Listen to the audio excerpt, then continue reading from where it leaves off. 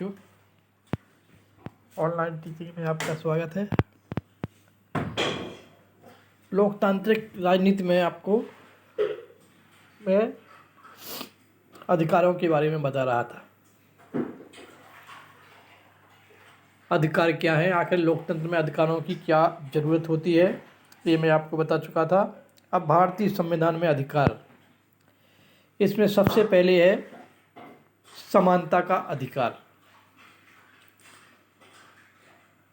हमारा संविधान कहता है कि सरकार भारत में किसी व्यक्ति को कानून के सामने समानता या कानून से संरक्षण के मामले में समानता के अधिकार से वंचित नहीं कर सकती। इसका मतलब यह हुआ कि किसी व्यक्ति का दर्जा या पद चाहे जो भी हो, सब पर कानून समान रूप से लागू होता है। इसे कानून का राज भी कहते हैं। कानून का राज किसी भी लोकतंत्र की बुनियाद है। इसका अर्थ हुआ कि कोई भी व्यक्ति कानून के ऊपर नहीं है। किसी राजनेता, सरकारी अधिकारी या सामान्य नागरिक में कोई अंतर नहीं किया जा सकता। प्रधानमंत्री हो या दूर दराज के गांव का कोई खेतीहर मजदूर, सब पर एक ही कानून लागू होता है। कोई भी व्यक्ति वैधानिक रूप से अपने पद या जन्म के आधार पर विशेषाधिकार या खास व्यवहार का दावा नहीं कर सकता। जैसे कुछ साल पहले देश के एक पूर्व प्रधानमंत्री पर भी धोखाधड़ी का मुकदमा चला था। सारे मामले पर गौर करने के बाद अदालत ने उनको निर्दोष घोषित किया था, लेकिन जब तक मामला चला उन्हें किसी अन्य आम नागरिक की तरह ही अदालत में जाना पड़ा। अपने पक्ष में सबूत देने पड़े, कागजात दाखिल करने पड़े। इस बुनियादी स्थिति को संविधान ने समानता के अधिकार के कुछ निहितार्थों को स्पष्ट करके और भी साफ कर दिया है। सरकार किसी से भी उसके धर्म, जाति, समुदाय, लिंग और जन्म स्थल के आधार पर भेदभाव नहीं कर सकती। दुकान, होटल और सिनेमाघरों जैसे सार्वजनिक स्थल में किसी के प्रवेश को रोका नहीं जा सकता। इसी प्रकार सार्वजनिक कुएं, तालाब, स्नान घाट, सड़क, खेल के मैदान और सार्वजनिक भवनों के इस्तेमाल से किसी को वंचित नहीं किया जा सकता। उपरोक्त आधारों पर किसी भी नागरिक को रोजगार के अयोग्य नहीं करार दिया जा सकता है। उसके साथ भेदभाव नहीं किया जा सकता। पिछले अध्याय में आपने पढ़ा है कि भारत सरकार ने नौकरियों में अनुसूचित जाति और अनुसूचित जनजाति और अन्य पिछड़ा जातियों के लिए आरक्षण की व्यवस्था की है। अनेक सरकारें विभिन्न योजनाओं के तहत कुछ नौकरियों में स्त्री, गरीब या शारीरिक रूप से विकलांग लोगों को प्राथमिकता देती है। आप सोच सकते हैं कि आरक्षण की इस तरह की व्यवस्था समानता के अधिकार के खिलाफ है, पर असल में ऐसा नहीं है।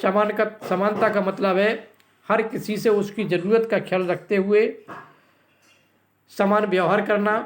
समानता का मतलब है हर आदमी को उसकी क्षमता के अनुसार काम करने का समान अवसर प्रदान करना। कई प्रकार अवसर की समानता सुनिश्चित करने भर के लिए ही कुछ लोगों को विशेष अवसर देना जरूरी होता है। आरक्षण यही कहता है। इसी बात को साफ करने के लिए संविधान स्पष्ट रूप से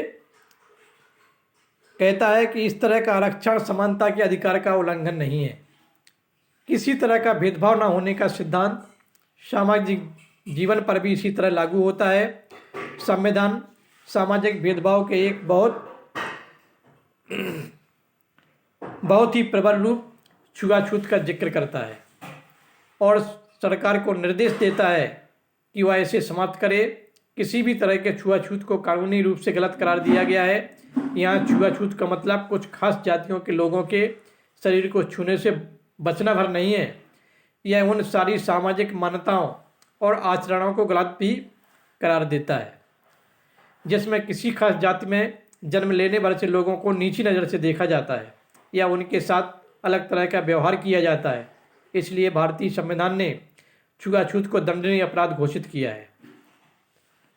अब इसके आगे, ये तो हो गया आपका समानता का अधिकार।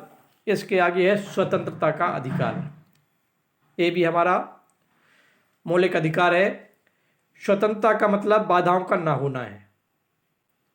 व्यावहारिक जीवन में इसका मतलब होता है कि हमारे मामलों में किसी किस्म का दखल ना होना, ना सरकार का ना व्यक्तियों का।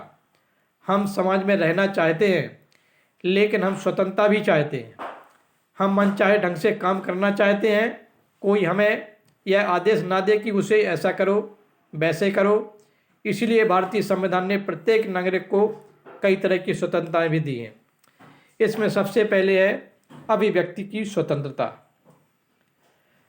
नंबर 2, शांतिपूर्ण ढंग से जमा होने की स्वतंत्रता, संगठन और संघ बनाने की स्वतंत्रता, देश में कहीं भी आने जाने की स्वतंत्रता, देश के किसी भी भाग में रहने बसने की स्वतंत्रता और कोई भी काम करने, धंधा चुनने या पेशा करने की स्वतंत्रता। इस तरह से हम यानी हर प्रकार से स्वतंत्र हैं। अभिव्यक्ति की स्वतंत्रता मीन्स होता है कि व्यक्ति अपने विचार व्यक्त कर सकता है किसी भी दूसरे जगह। शांतिपूर्ण ढंग से जमा होने की स्वतंत्रता का मतलब होता है व्यक्ति शांतिपूर्ण ढंग से अपनी बात को रख सकता है, इसमें उसको स्वतंत्रता है। संगठन और संघ बनाने की स्वतंत्रता, वो कोई भी संगठन का गठन कर सकता है, कोई भी संघ बना सकता है, इसके लिए उसको स्वतंत्रता हासिल है। देश में कहीं भी आने जाने की व्यवस्था, वो संपूर्ण देश में कहीं भी आ जा सकता है, उसमें आने जाने की किसी भी प्रकार से कोई अवरोध नहीं किया जा सकता है। देश के किसी भाग में रहने बसने की स्वतंत्रता, वो देश के किसी भाग में रह सकता है और वहाँ पर बस भी सकता है। कोई भी काम करने, ये नहीं है कि वो जिस व्यक्ति का उसको उसी व्यक्ति के उसी जाति के अनुसार उसको काम करना पड़ेगा। काम करने की उसको स्वतंत्रता है, धंधा चुनने की या पेशा करने की उसको स्वतंत्रता है। इस तरह से स्वतंत्रता का अधिकार है। याद रखिए कि हर नागरिक को ये स्वतंत्रता प्राप्त है। इसका मतलब यह हुआ कि आप अपनी स्वतंत्रता का ऐसा उपयोग नहीं कर सकते जिससे दूसरे को स्वतंत्रता का हनन होता हो, यानी दूसरे को उससे कोई हानि नहीं होनी चाहिए। आपकी स्वतंत्रता सामाजिक परेशानी या अर्थ आप व्यवस्था पैदा नहीं कर सकती। आप वह सब करने के लिए आज़ाद हैं जिससे दूसरों को परेशानी न हो। जब आपको परेशानी, अभी आप ही उस तरह का काम करेंगे तो दूसरों की परेशानी होगी। इस तरह से आपको भी ऐसा कार्य नहीं करना है। स्वतंत्रता का मतलब असीमित मनमानी करने या लाइसेंस पा लेना नहीं है। इसी कारण समाज के व्यापक हितों को देखते हुए सरकार हमारी स्वतंत्रता पर कुछ किस्म की पाबंदियां भी लगा सकती है, जैसे अभिव्यक्ति की आज़ादी।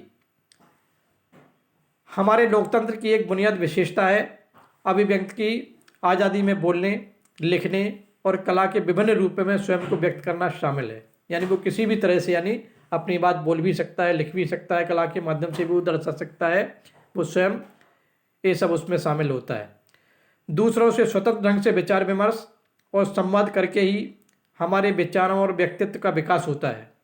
यदि हम आपस में विचार विमर्श नहीं करेंगे, आपस में संवाद नहीं करेंगे, हम दूसरों के विचारों को नहीं जान सकते हैं। हमारी राय दूसरों से अलग हो सकती है। संभव है कि कई सौ लोग एक ही तरह से सोचते हों, तब भी आपको अलग राय रखने और व्यक्त करने की आज़ादी है।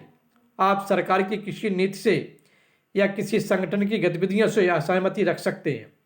अपने माँ बाप, दोस्तों या रिश्तेदारों से बातचीत करते हुए आप सरकार की किसी नीति या किसी संगठन की गतिविधियों की आलोचना भी कर सकते हैं। आलोचना करने की स्वतंत्रता है। आप अपने विचारों को पर्चा छापकर या अखबारों पत्रिकाओं में लेख लिखकर भी व्यक्त कर सकते हैं।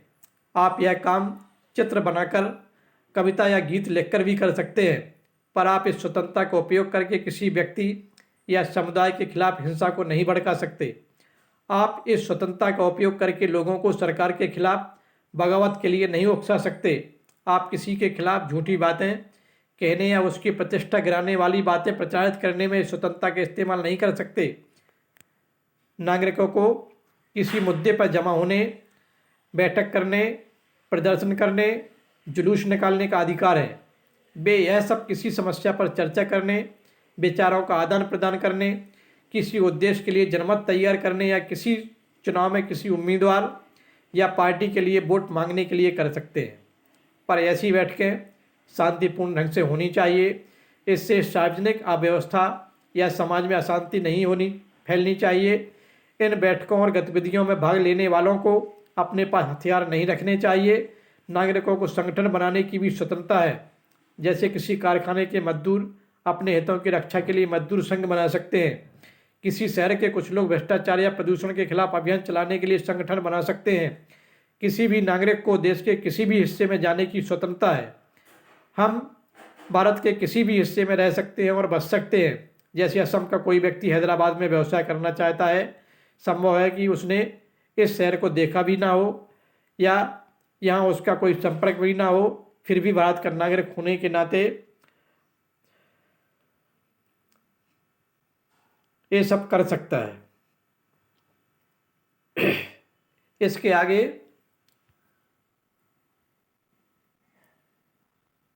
अगले वीडियो में इसके आगे मैं आपको कुछ बताऊंगा। आज के लिए बस इतना ही। इसके आगे मैं अगला अधिकार जो बताऊंगा, शोषण के खिलाफ अधिकार।